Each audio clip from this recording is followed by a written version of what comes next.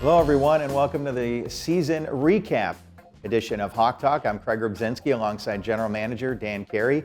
And Dan, the season ended in Buffalo on Saturday. What are you most proud of this team?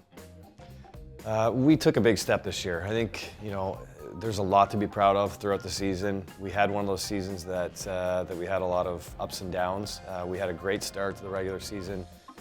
It's a difficult league to win in, and we saw that. We saw how difficult it is in the playoffs. We ran into a team against the Buffalo Bandits who are they're battle tested. They've had success in regular seasons, and they've made it to the championship the last couple of years. So that's a tough team that we went up against, and I think a good learning experience for our team. There's a lot of young players that haven't had any playoff experience that are on our roster.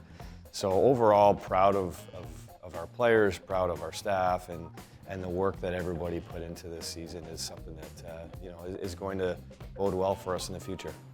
What are your plans now that the off-season has started? I think just taking a step back, looking at big picture.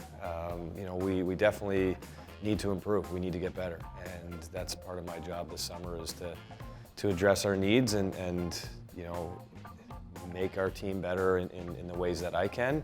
But it's also on each individual player and our staff as well. So if all of our players are continuing their training and preparation for next year and doing what they can to get better is going to help us overall as a team. So there's a lot to do right now. Part of it is just understanding where we're at, where we want to be, and continuing to push to build a championship. I'm going to say you have to be excited coming off a playoff season. Plus, you got to get ready for the draft. You have a couple players that should be healthy for next year, and then you have Thomas McConvey coming. Yeah, Thomas McConvey is going to be a great addition. We know that. He's a tremendous player, so we're really looking forward to seeing him in a Knighthawks uniform next year. Excited to watch him. Hopefully they make a run at it with his team in Virginia in the NCAA tournament. We do have some players like Thomas Whitty and Corey Highfield that were not able to play throughout the season. So we'll hopefully have those guys back and expect them to be back and healthy next year. So definitely some great additions, and through free agency and the draft, again, we're looking to build a team that is going to continue to get better. We have a lot of really good teams in the East.